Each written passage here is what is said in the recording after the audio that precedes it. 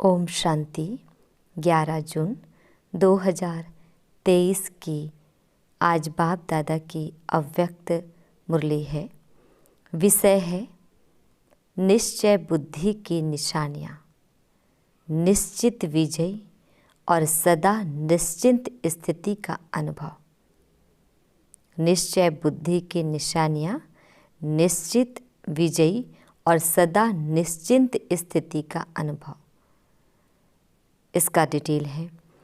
आज सर्व बच्चों के रक्षक और शिक्षक बाप दादा अपने सभी ब्राह्मण बच्चों के फाउंडेशन को देख रहे थे। ये तो सभी जानते हो कि वर्तमान श्रेष्ठ जीवन का फाउंडेशन निश्चय है। जितना निश्चय रूपी फाउंडेशन पक्का है, उतना ही आदि से अब तक सहज योगी, निर्मल स्वभाव, शुभ भावना की वृत्ति और आत्मिक दृष्टि सदा नेचुरल रूप में अनुभव होती है। हर समय चलन और चेहरे से उनकी झलक अनुभव होती है, क्योंकि ब्राह्मण जीवन में सिर्फ जानना नहीं है कि मैं ये हूँ और बाप ये है, लेकिन जानने का अर्थ है जो जानते हैं वो मानना और चलना। बाप दादा देख रहे थे कि जो भी बच्चे अपने को ब्राह्मण कहलाते हैं, वो सभी ये फलक से कहते हैं कि हम निश्चय बुद्धि हैं। तो बाप दादा सभी निश्चय बुद्धि बच्चों से पूछते हैं, जब आप सभी कहते हो कि हम निश्चय बुद्धि विजयी हैं, तो कभी विजय कभी हार क्यों होती है? जब कभी कभी थोड़ी हलचल होती है, तो क्या उस समय निश्चय खत्म हो जाता है? जब निश्चय बुद्धि सदा हो तो विजयी सदा हो, कि बीच बीच में घुटका और झुटका होता है। निश्चय का फाउंडेशन चारों ओर से मजबूत है या चारों ओर के बजाय कभी एक ओर कभी दो ओर ढीले हो जाते हैं। कोई भी चीज़ को मजबूत किया जाता है तो चारों ओर से टाइट किया जाता है ना। अगर एक साइड भी थोड़ा सा हलचल वाला हो तो हिलेगा ना। तो चारों प्रकार का निश्चय अर्थात बाप में, आप में, ड्रामा में और ब्राह्मण परिवार में निश्चय, ये चार ही तरफ के निश्चय को जानना नहीं, लेकिन मान कर चलना। अगर जानते हैं लेकिन चलते नहीं हैं तो विजय डगमग होती है।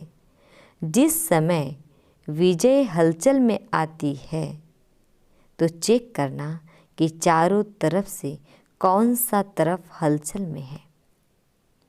बाप दादा देखते हैं कि कई बच्चों को बाप में पूरा निश्चय है, इसमें पास है, लेकिन अपने आप में जो निश्चय चाहिए उसमें अंतर पड़ जाता है। जानते भी हैं, कहते भी हैं कि मैं ये हूँ, मैं ये हूँ, लेकिन जो जानते हैं, मानते हैं, वो स्वरूप में, चलन में, कर्म में हो, इसमें ही अंतर पड़ जाता है। एक तरफ सोचते हैं कि मैं मास्टर सर्वशक्तिमान हूँ, विश्व कल्याणकारी हूँ। दूसरी तरफ छोटी सी परिस्थिति पर विजय नहीं प्राप्त कर सकते। है तो मास्टर सर्वशक्तिमान, लेकिन ये परिस्थिति बहुत बड़ी है, ये बात ही ऐसी है। तो क्या ये निश्चय है कि सिर्फ जानना है लेकिन मानकर चलना नहीं? कहते व सोचते हैं कि मैं विश्व कल्याणकारी हूँ, लेकिन विश्व को तो छोड़ो, स्व कल्याण में भी कमज़ोर होते हैं। अगर उस समय उन्हें कहो कि क्या स्वयं को परिवर्तन कर स्व कल्याणकारी नहीं बन सकते, तो जवाब देते हैं कि है तो विश्व कल्याणकारी, लेकिन स्व कल्याण बहुत मुश्किल है। ये बात बदलना मुश्किल है। तो विश्व कल्याणकारी कहेंगे या कमज़ोर? तो स्व में भी परिस्थिति प्रमाण, समय प्रमाण, संबंध संपर्क प्रमाण निश्चय स्वरूप में आए।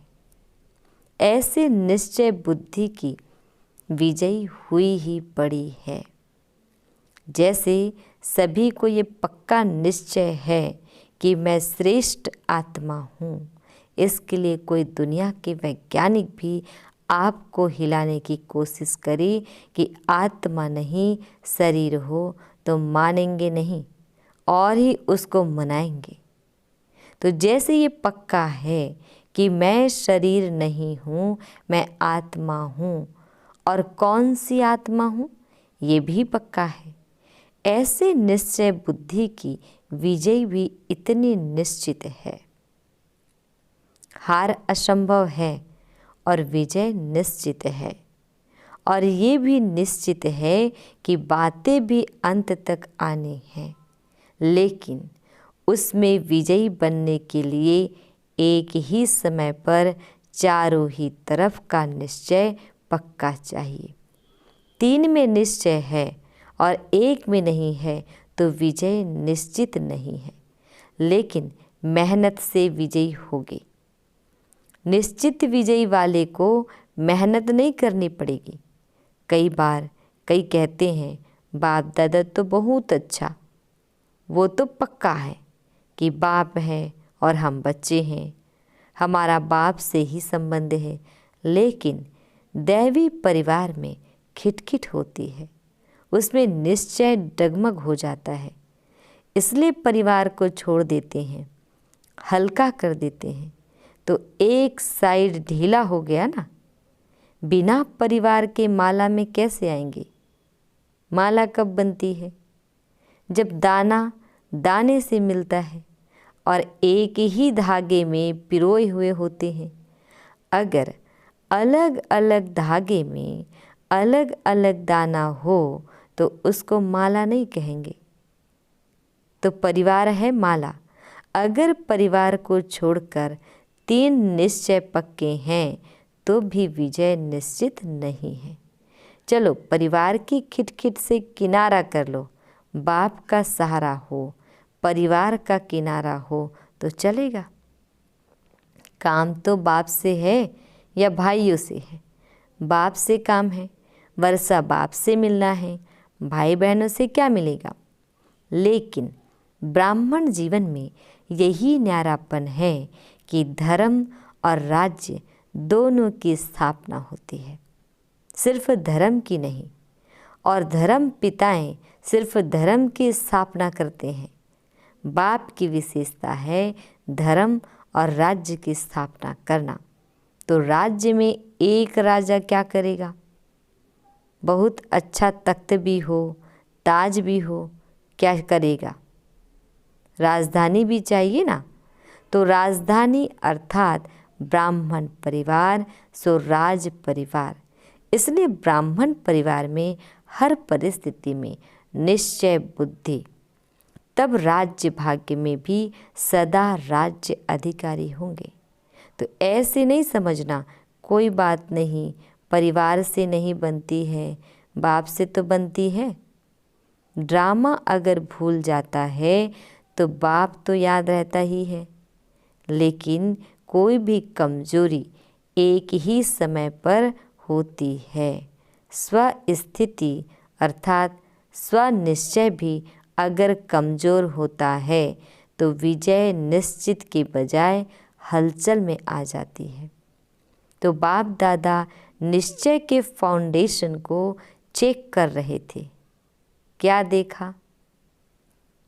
सदा 4 ही प्रकार का निश्चय एक समय पर साथ नहीं रहता, कभी रहता कभी हिलता। इसलिए सदा विजयी का अनुभव नहीं कर पाते हैं। फिर सोचते हैं होना तो ये चाहिए, लेकिन पता नहीं क्यों नहीं हुआ। किया तो बहुत मेहनत, सोचा तो बहुत अच्छा, लेकिन सोचना और होना इसमें अंतर पड़ जाता है। इसका अर्थ ही है कि निश्चय के चारों तरफ मजबूत नहीं है। और हंसी की बात तो ये है कि ड्रामा भी कह रहे हैं है तो ड्रामा, है तो ड्रामा, लेकिन अच्छी तरह से हिल भी रहे हैं। कभी संकल्प में हिलते, कभी बोल तक भी हिल जाते, कभी कर्म तक भी आ जाते। उस समय क्या लगता होगा? दृश्य सामने लाओ, ड्रामा ड्रामा भी कह रहे हैं और हिल डुल भी रहे हैं, लेकिन निश्चय बुद्धि की निशानी है निश्चित विजयी। अगर विधि ठीक है तो सिद्धि प्राप्त ना हो, ये हो नहीं सकता। तो जब भी कोई भी कार्य में विजयी प्राप्त नहीं होती है तो समझ लो कि निश्चय की कमी है। चारों ओर चेक करो, एक ओर नहीं। और बात, निश्चय बुद्धि की निशानी जैसे निश्चित विजयी है वैसे निश्चिंत होंगे। कोई भी व्यर्थ चिंतन आ ही नहीं सकता। सिवाय शुभ चिंतन के व्यर्थ का नाम निशान नहीं होगा। ऐसे नहीं व्यर्थ आया भगाया, निश्चय बुद्धि के आगे व्यर्थ आ नहीं सकता, क्योंकि क्यों, क्या और कैसे ये व्यर्थ होता है। जब ड्रामा के राज को जानते हैं, आदि मध्य अंत को जानने वाले हैं, तो जो ड्रामा के आदि मध्य अंत को जानने वाले हैं वो छोटी सी बात के आदि मध्य अंत को नहीं जान सकते। न जानने के कारण क्यों, क्या, कैसे, ऐसे ये व्यर्थ संकल्प चलते हैं। अगर ड्रामा में अटल निश्चय है, नॉलेजफुल भी है, पावरफुल भी है, तो व्यर्थ संकल्प हिलाने की हिम्मत भी नहीं रख सकते। परंतु जब हिलते हैं तो सोचते हैं पता नहीं क्या हो गया। तो बाप दादा हंसते हैं कि ड्रामा के आदि मध्य अंत को जान लिया, अपने 84 जन्म को जान लिया और एक बात को नहीं जानते। बड़े होशियार हो, होशियारी दिखाते हो ना समय प्रति समय। कल्प वृक्ष के सभी पत्तों को जानते हो कि नहीं? सभी वृक्ष के फाउंडेशन में बैठे हो या 7-8 बैठे हो? तो जड़ में बैठे हुए वृक्ष को जानते हो, पत्ते पत्ते को जानते हो, और ये पता नहीं कैसे। तो निश्चय की निशानियां निश्चिंत स्थिति, इसका अनुभव करो। होगा, नहीं होगा, क्या होगा, कर तो रहे हैं, देखे क्या होता है, इसको निश्चिंत नहीं कहेंगे। और फिर बाप के आगे ही फरियाद करते हैं, आप मददगार हो ना, आप रक्षक हो ना, आप ये हो ना, आप ये हो ना। फरियाद करना अर्थात अधिकार गंवाना। अधिकारी फरियाद नहीं करेंगे, ये कर लो ना, ये हो जाए ना। तो निश्चय बुद्धि अर्थात निश्चिंत। तो यह प्रैक्टिकल निशानियाँ अपने आप में चेक करो। ऐसे अलबेले नहीं रह जाना, हम तो है ही निश्चय बुद्धि। कौन सा निश्चय कमज़ोर है वो चेक करो और चेंज करो। सिर्फ चेक नहीं करना, बाप दादा ने कहा था ना चेकर के साथ मेकर भी हो। सिर्फ चेकर नहीं, चेक करने का अर्थ ही है सेकंड में चेंज होना। लेकिन चेक करो और चेंज नहीं करो तो बहुत काल से स्वयं में दिल शिकस्त के संस्कार पक्के होते जाएंगे, और जो बहुत काल के संस्कार हैं वही अंत में अवश्य सामना करते रहेंगे। कोई सोचे अंत में तो मैं सिवाय बाप के और कुछ नहीं सोचूंगा, लेकिन हो नहीं सकता। बहुत काल का अभ्यास चाहिए, नहीं तो 1 सेकंड सोचेंगे शिव बाबा शिव बाबा शिव बाबा और दूसरे सेकंड माया कहेगी नहीं, तुम्हारे में शक्ति नहीं है, तुम हो ही कमज़ोर। तो युद्ध चलती रहेगी। यदि निश्चिंत नहीं होंगे तो ब्राह्मण जीवन के अंतकाल का जो लक्ष्य वर्णन करते हो वो सहज कैसे होगा। और अगर अंत तक ये व्यर्थ संकल्प होंगे तो वही भूतों के यमदूतों के रूप में आएंगे, और कोई यमदूत नहीं आते हैं। ये व्यर्थ संकल्प अपनी कमजोरियां यही यमदूत के रूप में आते हैं। यमदूत क्या करते हैं? डराते हैं और दूसरों के लिए कहेंगे विमान में जाएंगे, अर्थात उड़ती कला से पार हो जाएंगे। कोई विमान आदि नहीं है, लेकिन उड़ती कला का अनुभव है। इसलिए पहले से ही चेक करके चेंज करो।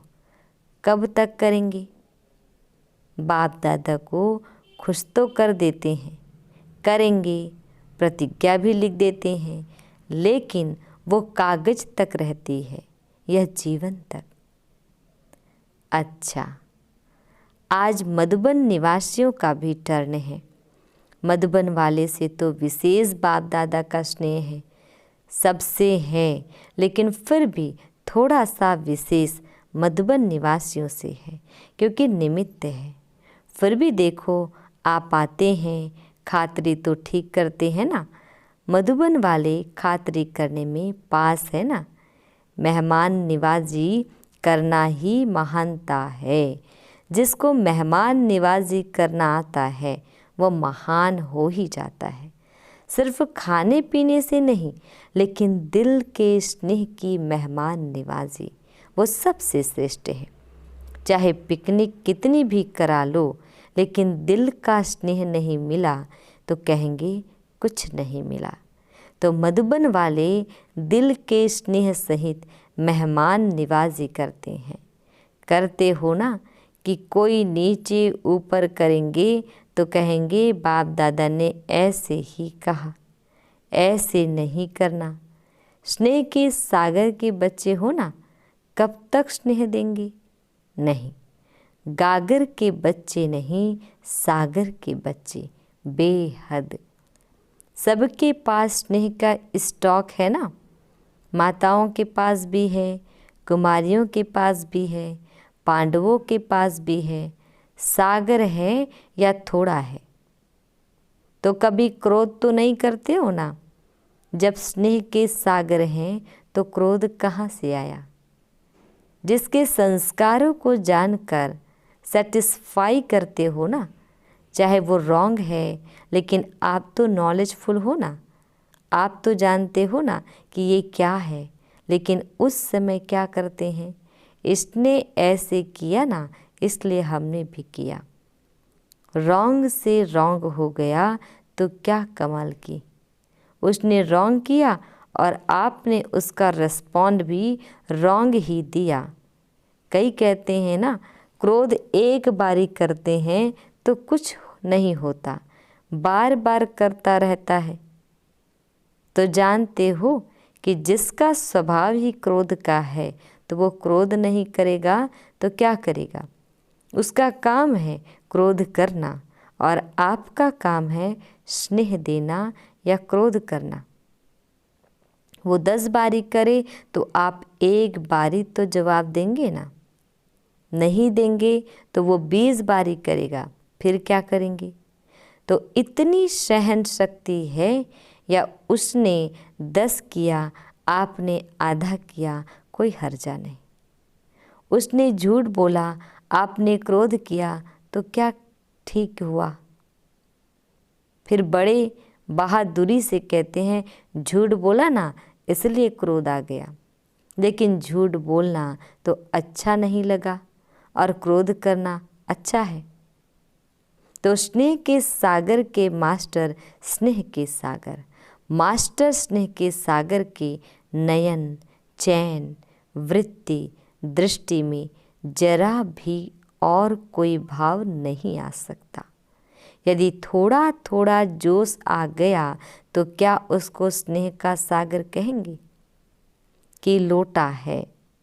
चाहे कुछ भी हो जाए, सारी दुनिया क्यों नहीं आप पर क्रोध करे। चाहे कुछ भी हो जाए, सारी दुनिया क्यों नहीं आप पर क्रोध करे, लेकिन मास्टर स्नेह के सागर दुनिया की परवाह नहीं करेंगे। बेपरवाह बादशाह हो, जो परवाह थी वो पा लिया। अभी इन व्यर्थ बातों से बेपरवाह बादशाह, चेकिंग की परवाह करो, चेंज होने की परवाह करो, लेकिन व्यर्थ में बेपरवाह। कर सकते हो कि बच्चा, पोत्रा, दोत्रा, दोत्री थोड़ा सा क्रोध करेगा, थोड़ा सा नीचे ऊपर करेगा तो स्नेह के बजाय और भावना भी आ जाएगी। दफ्तर में जाएंगे, बिजनेस में जाएंगे, नौकर ऐसा मिल जाएगा, वायुमंडल ऐसा मिल जाएगा, लेकिन व्यर्थ से बेपरवाह बादशाह। समर्थ में बेपरवाह नहीं होना। कई उल्टा भी उठा लेते हैं, जहाँ मर्यादा होगी वहाँ कहेंगे बाप दादा ने कहा ना कि बेपरवाह बादशाह बन जाओ, लेकिन मर्यादाओं में बेपरवाह नहीं। आपका टाइटल है मर्यादा पुरुषोत्तम। ये मर्यादाएं ही ब्राह्मण जीवन के कदम हैं। अगर कदम पर कदम नहीं रखा तो मंजिल कैसे मिलेगी? ब्रह्मा बाप के कदम पर कदम रखो तो ये मर्यादाएं ही कदम हैं। अगर इस कदम में थोड़ा भी नीचे ऊपर होते हो तो मंजिल से दूर हो जाते हो और फिर मेहनत करनी पड़ती है। और बाप दादा को बच्चों की मेहनत अच्छी नहीं लगती। कहते हैं सहज योगी और करते हैं मेहनत, तो अच्छा लगता है क्या? अच्छा, बाप दादा ने ड्रिल कराई। बाबा हम बच्चों को विशेष रूप से विश कर रहे हैं वरदानों से भरपूर। चारों ओर के सर्वनिश्चय बुद्धि श्रेष्ठ आत्माएं, सदा निश्चित विजयी आत्माएं, सदा निश्चिंत आत्माएं, सदा श्रेष्ठ विधि द्वारा वृद्धि करने के निमित्त बनने वाली विशेष आत्माएं, सदा एक बाप, एक बल, एक भरोसे में अचल अडोल रहने वाले समीप आत्माओं को बाप दादा का याद, प्यार और नमस्ते। हम रूहानी बच्चों की रूहानी बाप दादा को याद, प्यार, गुड मॉर्निंग और नमस्ते नमस्ते नमस्ते। शुक्रिया बाबा, शुक्रिया। आज मीठे प्यारे बाप दादा हम बच्चों को वरदानों से भर रहे हैं। दिल के स्नेह और संबंध के आधार पर समीपता का अनुभव करने वाले निरंतर योगी भव। दिल के स्नेह और संबंध के आधार पर समीपता का अनुभव करने वाले निरंतर योगी भव। डिटेल है, ब्राह्मण आत्माओं में कोई दिल के स्नेह संबंध से याद करते हैं और कोई दिमाग अर्थात नॉलेज के आधार पर संबंध को अनुभव करने का बार बार प्रयत्न करते हैं। जहाँ दिल का स्नेह और संबंध अति प्यारा अर्थात समीप है, वहाँ याद भूलना मुश्किल है। जैसे शरीर के अंदर नस नस में ब्लड समाया हुआ है, ऐसे आत्मा में निष्पल अर्थात हर पल याद समाई हुई है। इसको कहते हैं दिल के स्नेह संपन्न निरंतर याद।